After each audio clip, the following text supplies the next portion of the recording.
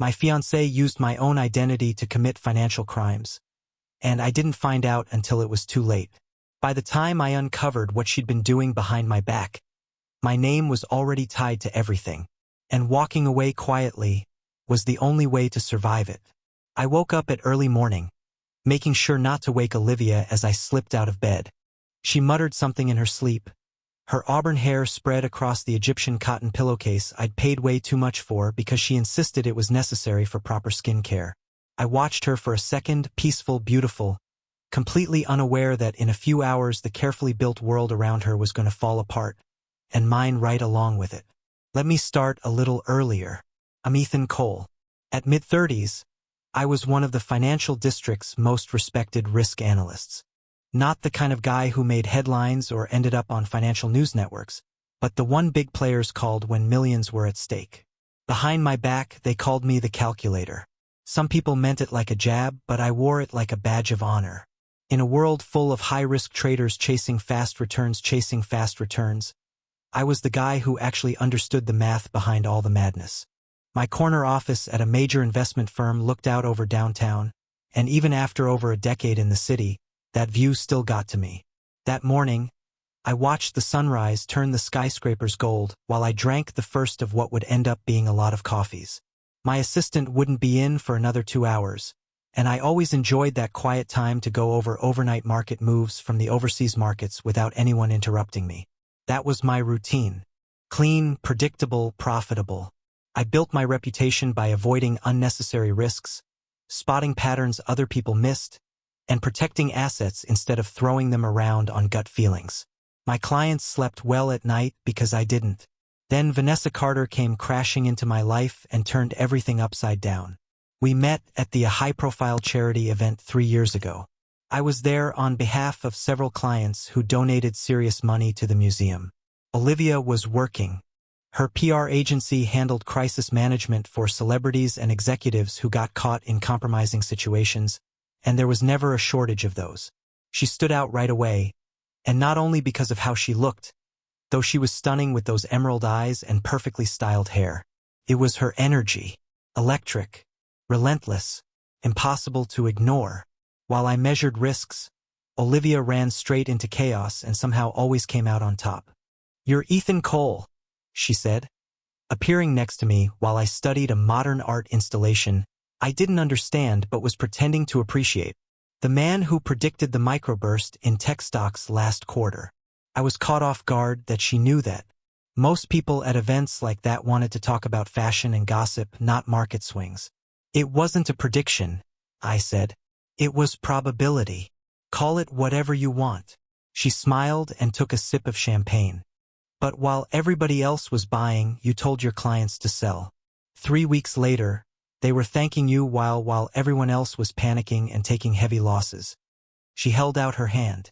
"Vanessa Carter, Reynolds Communications." Her handshake was firm and confident. "The firm that saved Andrew Whitmore after his indiscretion in Vegas?"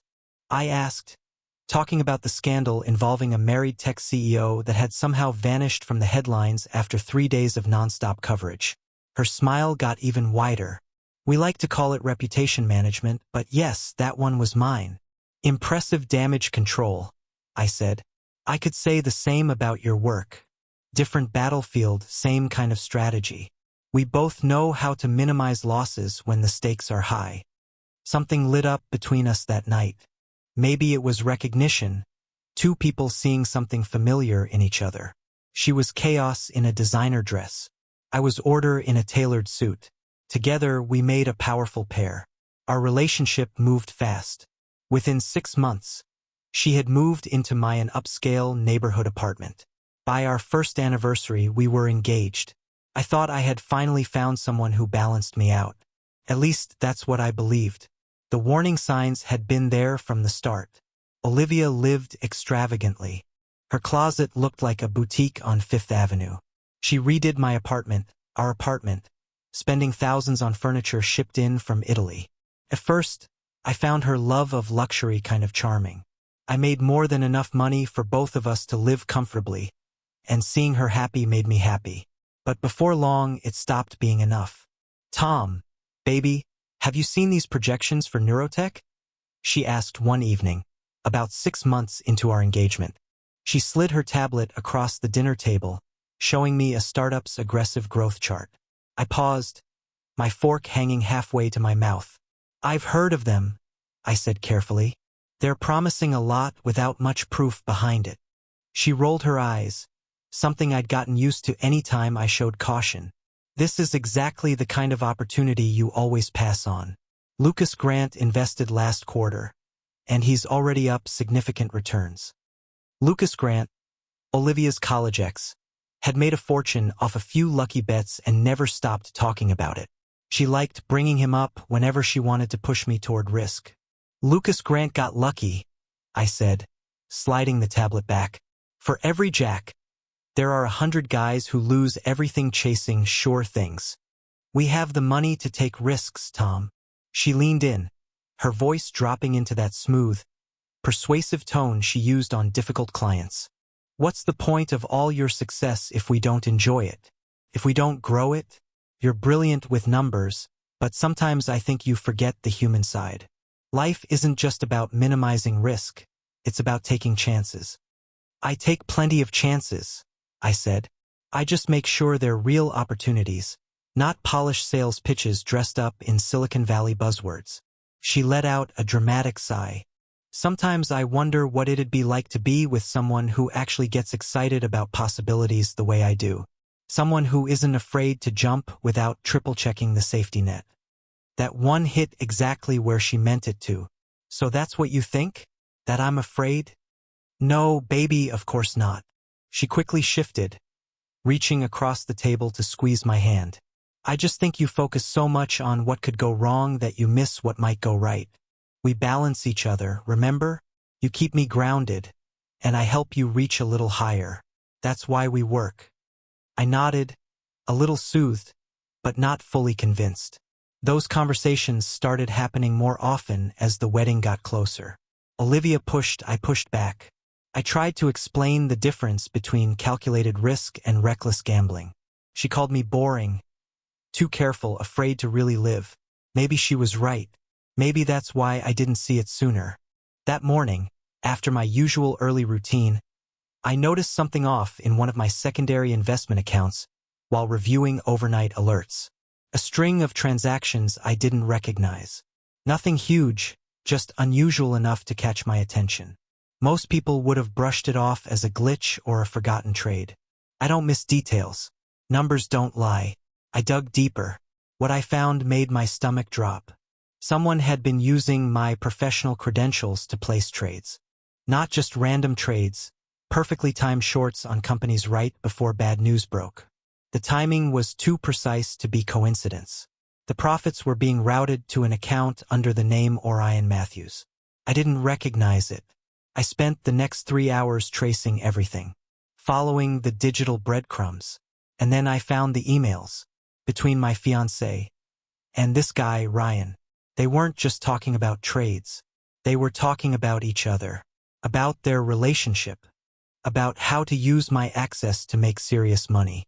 They'd been skimming from my accounts too. Small amounts spread out, assuming I wouldn't notice in the middle of larger holdings. But I always notice numbers. Always. One message from 2 months earlier stood out more than the rest. Ryan, asterisk, how much longer do we have to play it safe? These small trades aren't getting us where we need to be. Asterisk. Olivia. Asterisk, patience, baby. Tom doesn't suspect anything. He's too busy with his precious risk analysis to see what's right in front of him. We just have to be smart. Asterisk. Ryan. Asterisk, your boring fiancé is sitting on a gold mine and doesn't even realize it. With your client intel and his access, we could be set for life in 6 months. Asterisk. Olivia. Asterisk, and we will be. Trust me. Tom trusts me completely. He gave me all his passwords because relationships are built on trust. Can you believe that? Just stick to the plan. I'll handle Tom.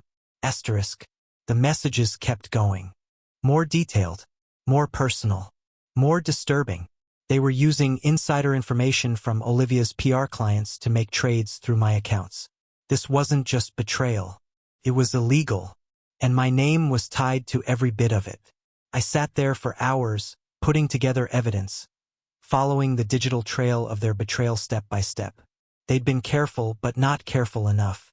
Not for someone like me, someone who understands patterns, who can read the story numbers tell when you line them up just right. I printed the key documents, saved copies to encrypted drives, then carefully wiped every trace of my investigation from my work computer. My thoughts were moving fast, but my hands stayed steady.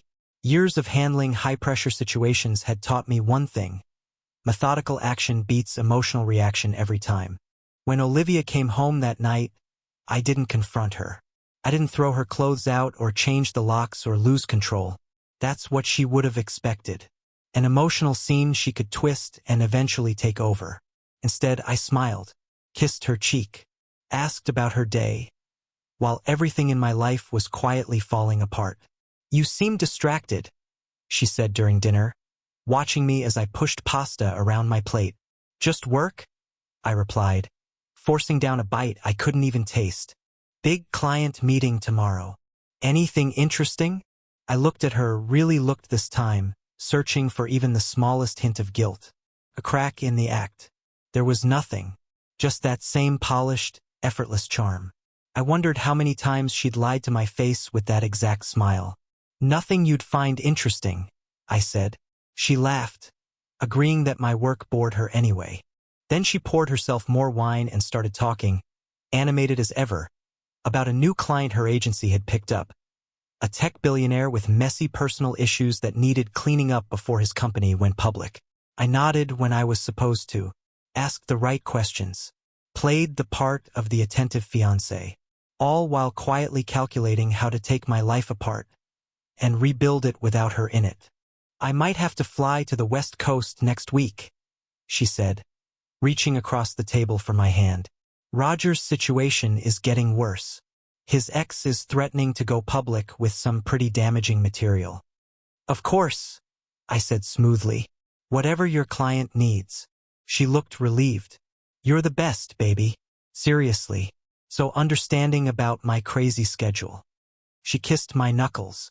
"That's why I love you." I found myself wondering if she was really going to the West Coast, or meeting Ryan somewhere else. I wondered if any part of the last 3 years had actually been real.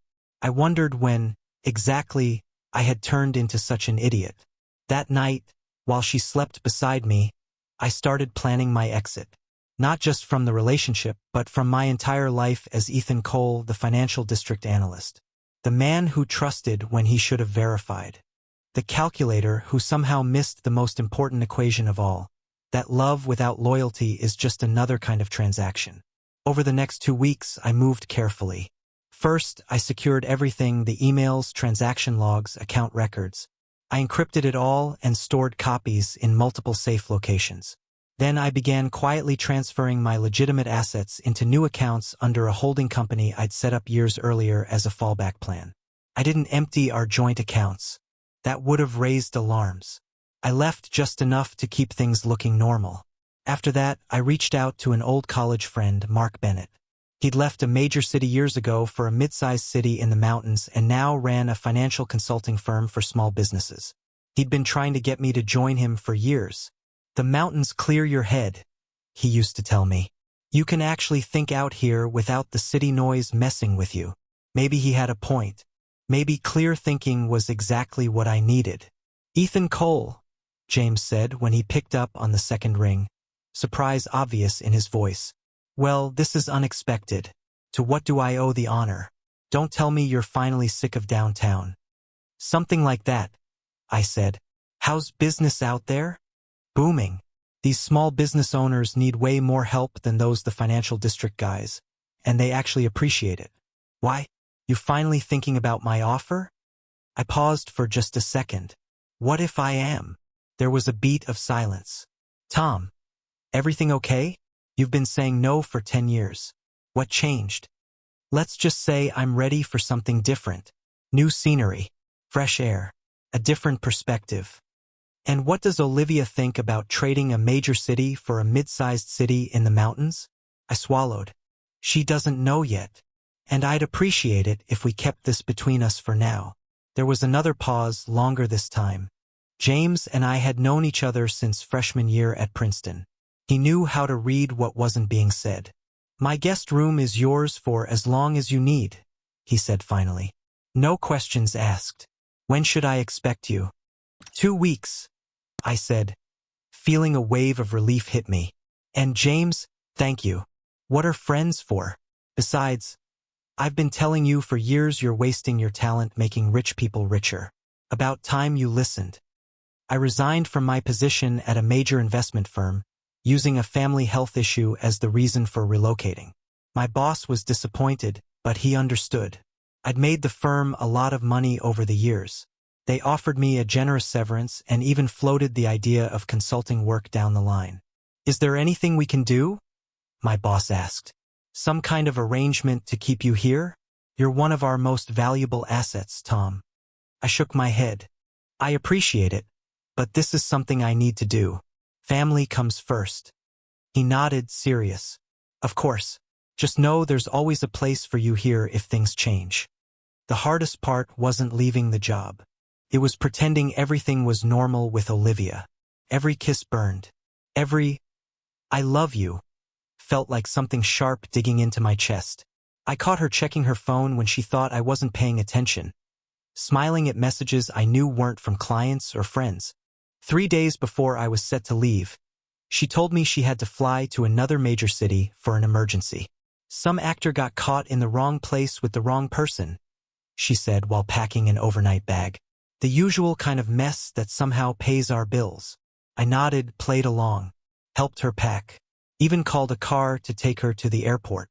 The second she was gone, I sped everything up.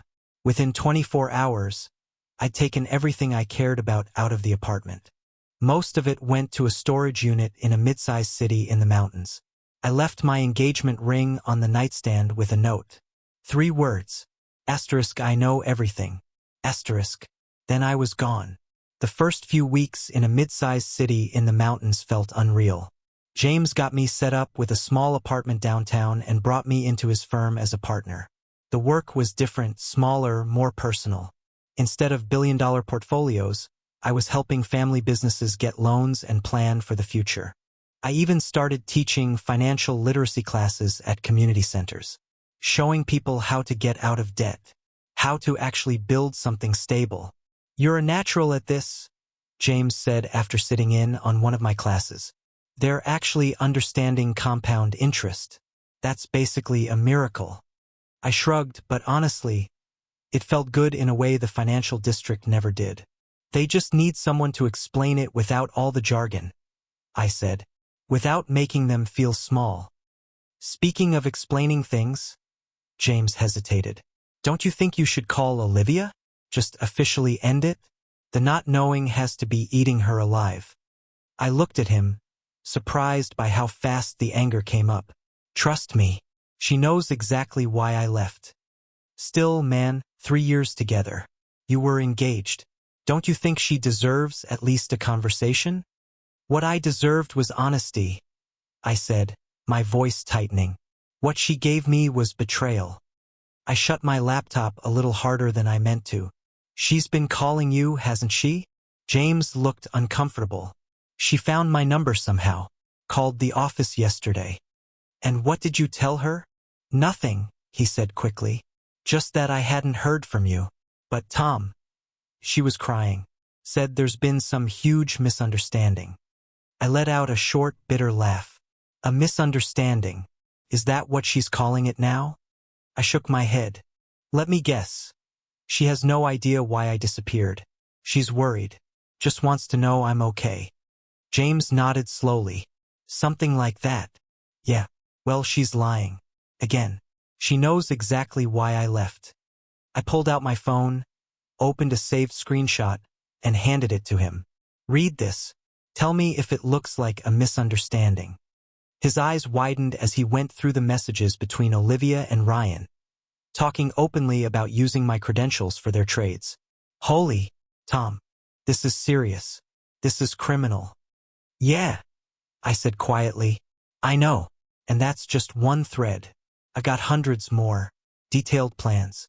Step by step. using my accounts, my name, my access. I leaned back, exhaustion finally catching up with me. They've been doing it for months. James handed the phone back, his face looking heavy. I had no idea. I'm sorry, man. I shouldn't have pushed.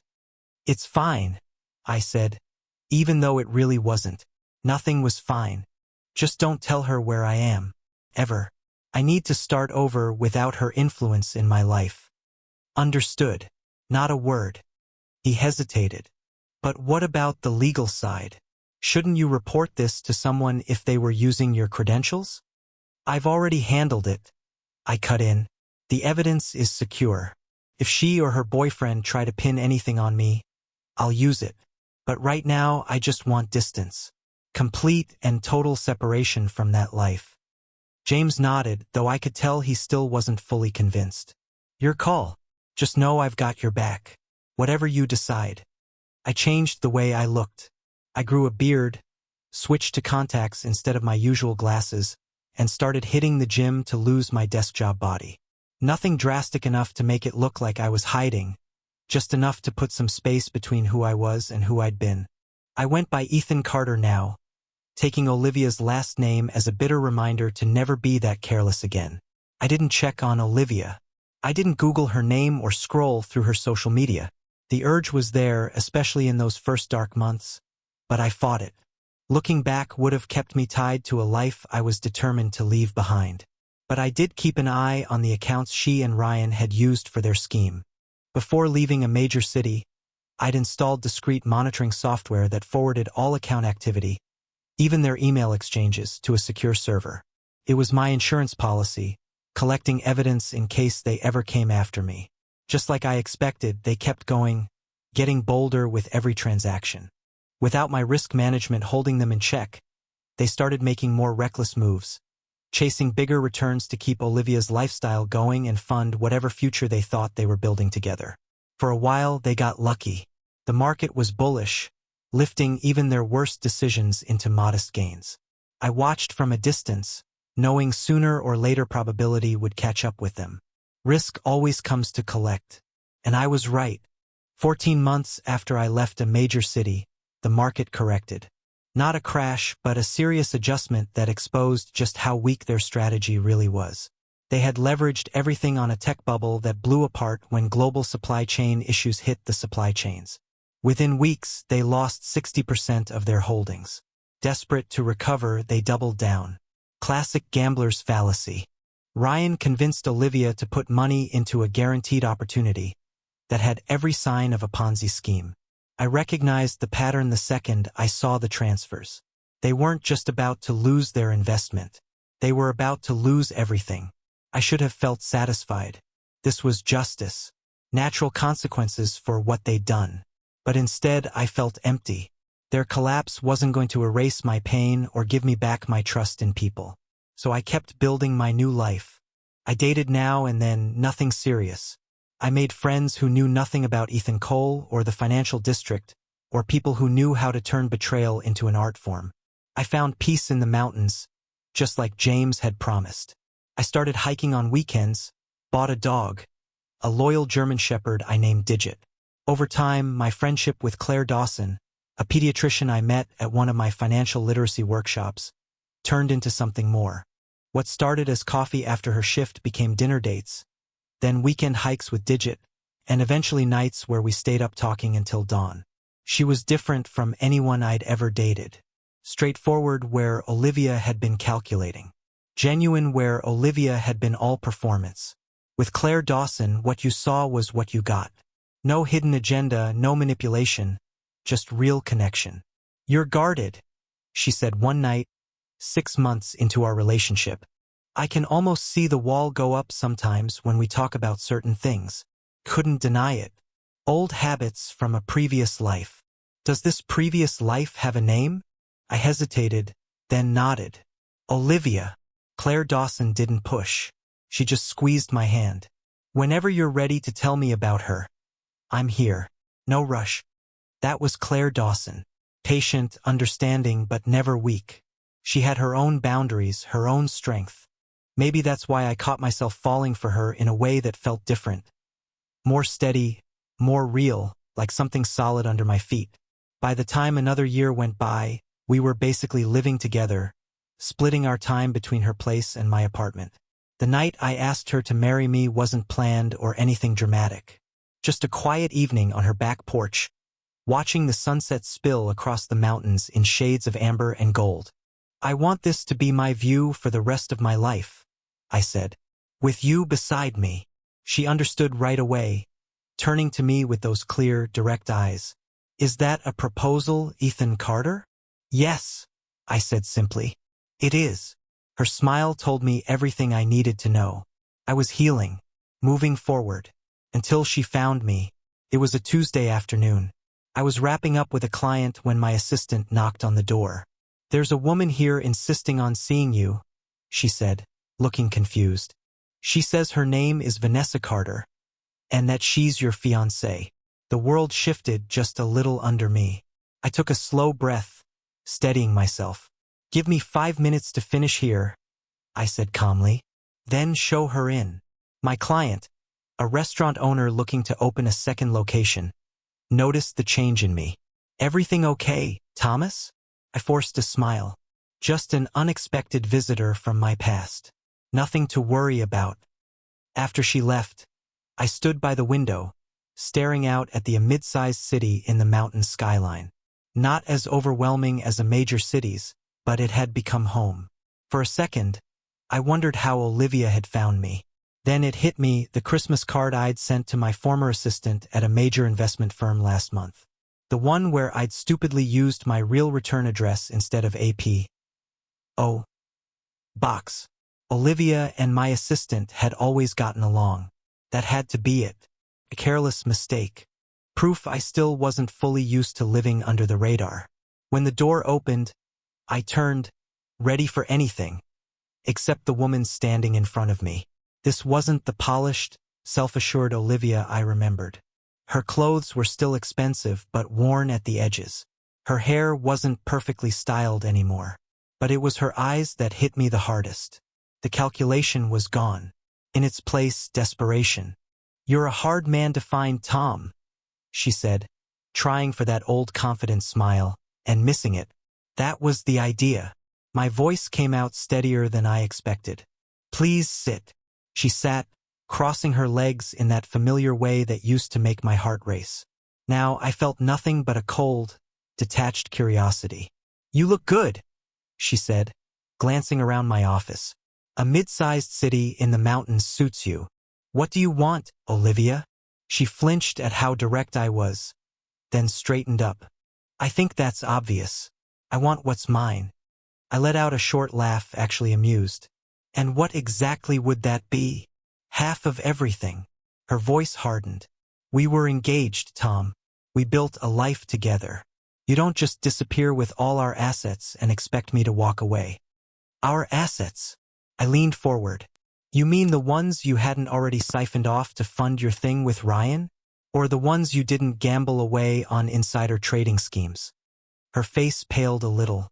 She hadn't expected me to know that much. "That's not." "Stop." I raised my hand. "Don't insult both of us by lying now. I know everything, Olivia. Every transaction. Every message between you and Ryan. Every plan you made while you were still in my bed." She swallowed, shifting gears. "Olivia always had a backup plan." "Fine," she said after a moment. "So we both made mistakes. But if you go public with what you think you know, I'll take you down with me. Your credentials were used for those trades, not mine. The SEC won't care that I had your passwords. They'll see your name, your accounts." There it was. The threat I knew was coming the second she walked in. "Is Ryan waiting somewhere nearby?" I asked, changing direction. "Or did he send you to handle this alone?" A flicker of pain crossed her face before she could hide it. "Interesting. Ryan isn't in the picture anymore," she said tightly. "Let me guess. When the money ran out, so did his loyalty." She stood up abruptly and started pacing. "You don't understand. We're ruined, Tom. The agency's bankrupt. I've got creditors calling nonstop. That last investment. The Ponzi scheme?" I cut in.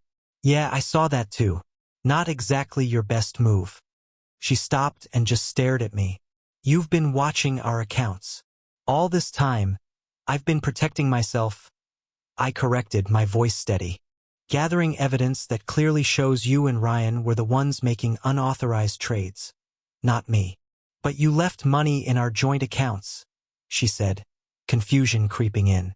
That was before you and Ryan maxed those accounts out for your bigger plays, I replied coldly. You took what I left and gambled it away, along with everything else you had. I opened my desk drawer, pulled out a thumb drive, and set it between us. Everything's on here. Emails where you shared my passwords with Ryan. Messages planning specific trades using inside information from your PR clients, which, by the way, is textbook insider trading. Bank transfers into accounts in both your names. She looked at the small device like it might burn her. You're bluffing, she whispered, but I could see she didn't believe that. I shrugged. The SEC would be very interested in this. So would the clients you betrayed by using their private information for your own gain. What do you want? Her voice dropped to almost nothing. Originally, nothing. I was fine letting you destroy yourself naturally. But since you showed up at my door, I leaned back in my chair. Now I want you gone. Permanently. No contact. No claims. No surprise visits to my office trying to threaten me with something that would hurt you a lot more than it would hurt me. And if I refuse? I picked up the thumb drive and held it out to her. Take it. Look at what I have. Then decide if you really want to test me. Her hand shook slightly as she took it. I need money, Tom, she said. I've got nothing left. For a second, I almost felt sorry for her. Almost. That's not my problem, I said quietly. You had everything, Olivia. My trust. My love. My future. You traded it all for quick money and short-term thrills. Now you're dealing with the consequences. She looked at me, her eyes suddenly shining with held-back tears. I did love you, you know, in my own way. Your way wasn't enough. I stood up, making it clear we were done. You've got 48 hours to review the evidence and decide. After that, I'll assume you chose to fight and I'll act accordingly. And if I agree to your terms? Then you walk away with the clothes on your back, and the fact that I didn't completely ruin what's left of your life. That's more mercy than you ever showed me. She nodded slowly, gripping the thumb drive like it was the only thing keeping her steady. I'll need more time. 48 hours. I repeated, firm. I've arranged a hotel room for you. I handed her a key card. Your flight back to a major city leaves Thursday evening. I've covered both. You knew I'd come, she said, realization settling in. You were waiting for this. I calculated the odds, I said. That's what I do best. Remember? After she left, I sat alone in my office as the city went dark outside. I should have felt victorious. Instead, I felt something closer to closure, like finishing the last page of a book I couldn't put down, even though I knew the ending wouldn't satisfy me. James found me about an hour later, 2 whiskeys in hand. That was her?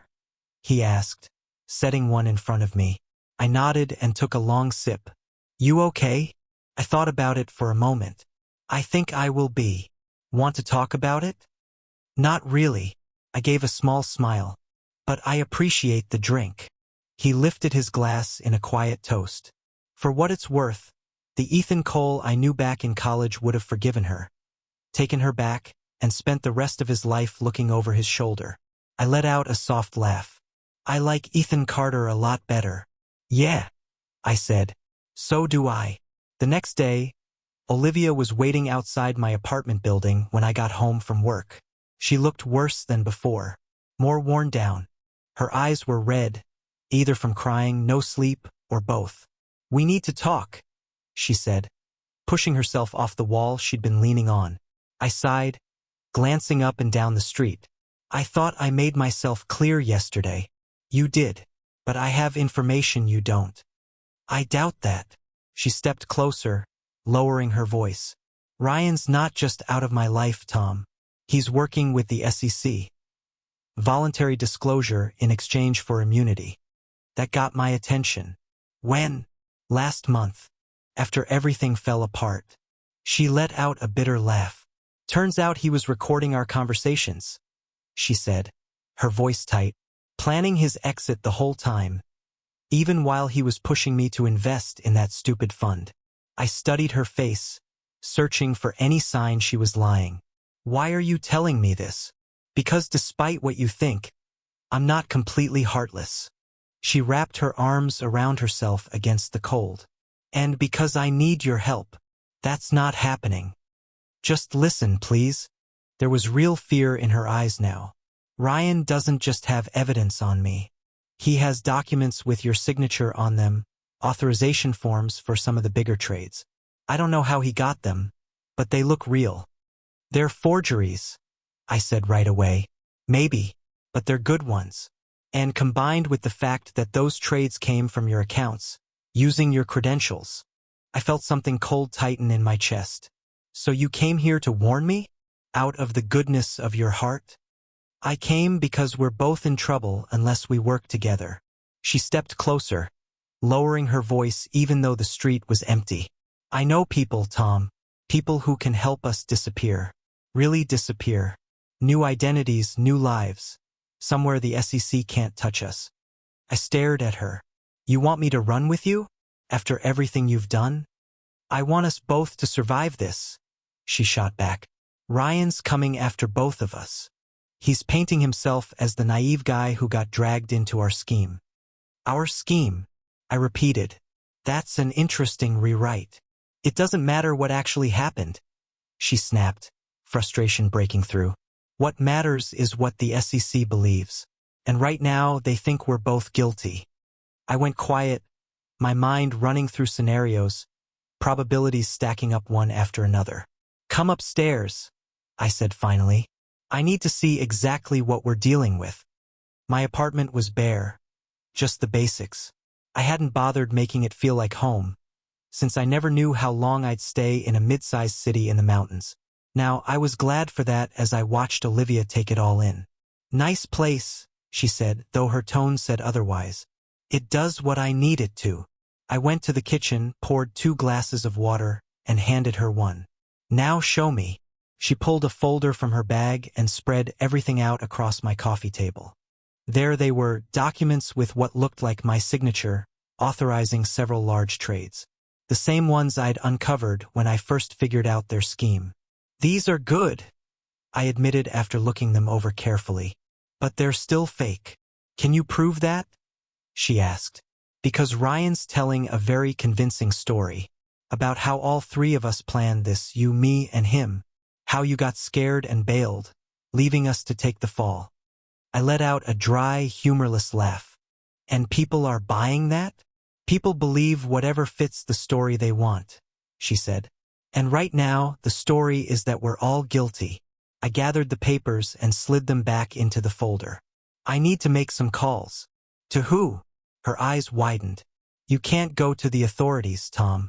It's too late. They're already building a case. Not the authorities, I said. Someone who can properly analyze these signatures. Prove they're fake. She relaxed a little. Then what?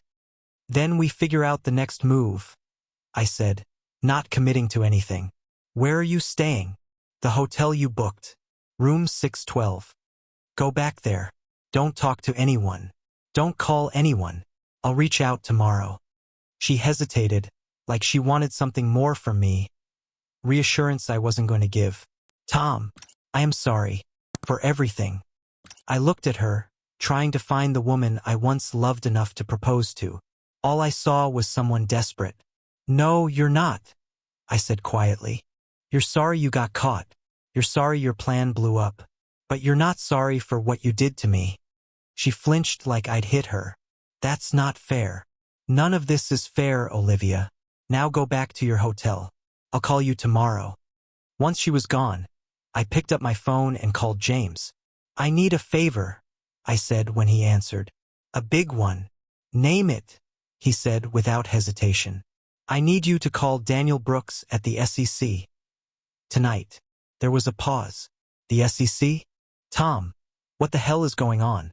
I told him about Olivia showing up and what she said about Ryan working with the authorities. I needed to know if there was really an investigation, and if there was, how far it had gone. Roger and I haven't talked in years, James said, sounding unsure.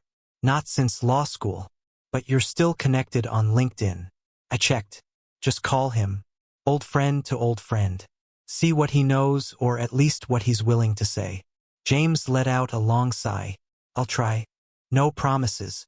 That's all I'm asking. Next, I called a forensic document examiner I'd worked with back on the financial district and told him I needed an urgent analysis on some signatures that might be forged. He agreed to meet me first thing in the morning. After that, I went over all the evidence I'd gathered before leaving a major city, the emails, the transaction logs, the bank transfers, everything that showed Olivia and Ryan had acted without my knowledge or consent. It was thorough, incriminating, and most importantly, real. I didn't sleep well that night. My dreams were full of blank-faced SEC agents and prison cells closing in. At 6 a.m., my phone rang. It was James. You're not going to believe this, he said right away. Roger confirmed there is an investigation, but not into you. At least not mainly. I sat up, instantly awake. What do you mean? Dylan Cross has been under investigation for months. Long before you left a major city. He's a small player helping them go after bigger targets. And yeah, he mentioned you and Olivia, but the agents didn't really buy his version of things. Your reputation helps you, and the fact that you walked away instead of sticking with the scheme. Relief hit me all at once. So I'm not a target? Not a main one? No. But Roger thinks you should consider coming in voluntarily. Tell them what you know. Show you're cooperating before they come to you. I'll think about it. My mind was already moving ahead. Thanks, James. I owe you. Damn right you do. Roger's expecting a very expensive bottle of scotch from me now. I laughed, feeling lighter than I had in months. I'll make it 2 bottles. After I showered and got dressed, I called the hotel. Room 612, please. The phone rang a few times before the front desk picked up again. I'm sorry, sir. There's no answer in that room. Would you like to leave a message? No, thank you. I hung up, not surprised. Olivia had always been quick on her feet when things closed in on her. I figured she was already on her way to the airport, running from a threat that wasn't nearly as serious as she'd made it sound. I cleared my throat and stuck with my plan anyway. I met with the document examiner, who confirmed what I already suspected. The signatures were expertly forged, something only a trained eye could catch. I paid his steep rush fee and took the written report with me. 3 days later, I walked into the mid-sized city in the mountains SEC office and asked to speak with someone about the Dylan Cross investigation. They led me into a small conference room, where 2 agents sat and listened while I laid everything out. The misuse of my credentials, the messages between Olivia and Ryan, the forged documents, all of it. We've been monitoring Mr. Matthews for quite a while, the senior agent said after I finished. His pattern of using romantic relationships to get access to trading information has been on our radar for years. Years, I repeated, stunned. So Olivia wasn't his first. Not even close, the agent said, though she seems to have played a bigger role than some of the others. That still hit hard. The idea that Olivia hadn't even been unique in Ryan's long game. Just another target who ended up helping him. We'll need formal statements, the younger agent said, sliding papers toward me. And you'll probably be asked to testify if this goes to trial. Whatever you need, I said, picking up a pen. I just want this finished. As I signed my statement, my real signature, I felt something lift off me. Not the kind of closure I thought I'd find in a mid-sized city in the mountains, but maybe something better. The truth out in the open, finally seen for what it was. I didn't hear from Olivia again for 6 weeks. Then a letter showed up at my office, postmarked from the East Coast. I'm sorry I ran, she wrote. Old habits die hard. You were right. I wasn't sorry for what I did, just that I got caught. But I've had time to think. And now I truly am sorry for betraying your trust. The SEC tracked me down in Florida. I'm cooperating fully. It looks like Ryan played both of us. Though I was a much more willing pawn than you. I don't expect forgiveness, but I wanted you to know I've given them everything. You shouldn't have any more trouble from the mess I created. She signed it simply. No mention of money, no awkward follow-up, no requests for help. Just an apology that, somehow, felt genuinely real. 2 months later, I received official notice that I had been cleared of all suspicion in the investigation. Dylan Cross had been indicted on multiple counts of securities fraud and identity theft. Olivia had negotiated a plea deal, trading testimony for leniency. She would still serve time, but not the decade she might have faced otherwise. Life went on. The seasons changed. The mountains outside my window stayed constant, reminding me that some things can still be relied on, even in a world of calculated risks. I found myself settling into a mid-sized city in the mountains, no longer thinking of it as a temporary place, but as home. My work with James' firm expanded. We hired more staff and opened a second office. I continued teaching financial literacy, finding a kind of unexpected fulfillment in helping ordinary people understand systems designed to confuse them. 3 years after I disappeared from a major city, I got an unexpected email from a former colleague. Attached was a news article about the indictment of several PR executives for insider trading. Olivia's name stood out immediately. Despite our last exchange, she had apparently returned to her old patterns, this time without my safeguards to protect her. The SEC had launched another investigation after suspicious trading patterns appeared around several major corporate announcements, all tied to clients of her struggling PR firm. The article included a photo taken outside the courthouse. Olivia looked thin, worn down, nothing like the vibrant woman who once stood confidently in boardrooms and charity galas.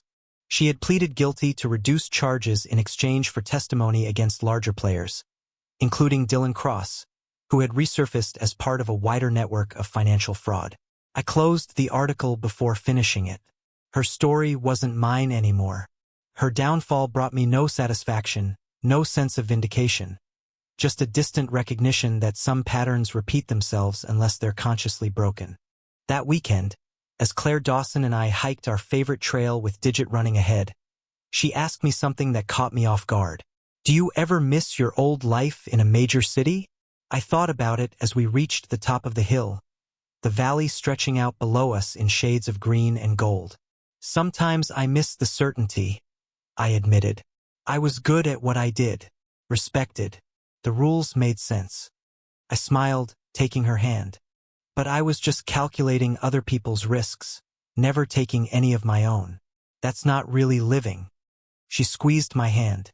I looked at her, this kind, brilliant woman who never asked for my past, only accepted what I chose to share. Then at Digit, waiting a few steps ahead. Then at the mountains that had witnessed my shift from Ethan Cole to Ethan Carter. Now I'm exactly where I should be.